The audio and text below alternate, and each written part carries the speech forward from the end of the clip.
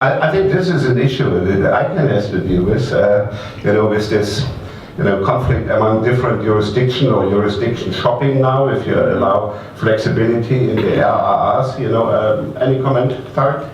Yes, and I will add to the previous conversation of shared responsibility. Shared responsibility, yes, but it has also to be inclusive. And when we talk about shared responsibility, and it is not only about governments, but as you rightly said, it's private sector and civil society. When we do reach out with our engagement and new offices and new hubs, as Bill has mentioned, as ICANN staff, and invite people to come in and invite them to participate and invite them to be part of ICANN constituencies, we need also to make sure as a community that we are ready to reduce the barriers of access for them and the barriers for inclusion and the barriers for participation.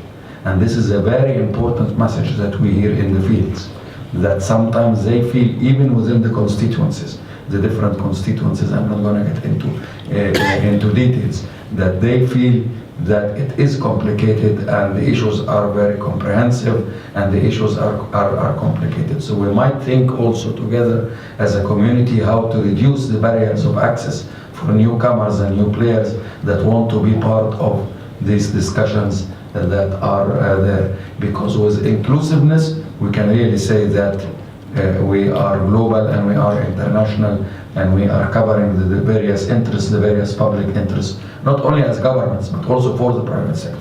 And this brings me to your question about the new GTLD program. The answer is yes. The participation from the developing world in the new GTLD program has been very limited and by far below our expectations.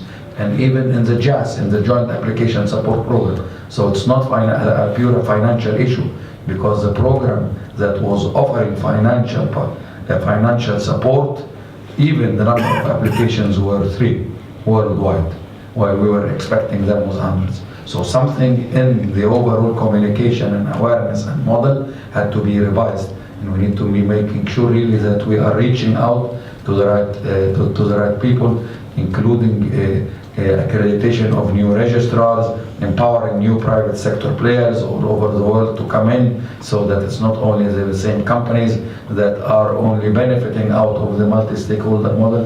These critics, we hear these critics when we work in the field as such. So we need to empower new private sector players, come in, help them, handheld them, and this is part of the responsibility of the global business community as well. So in order really to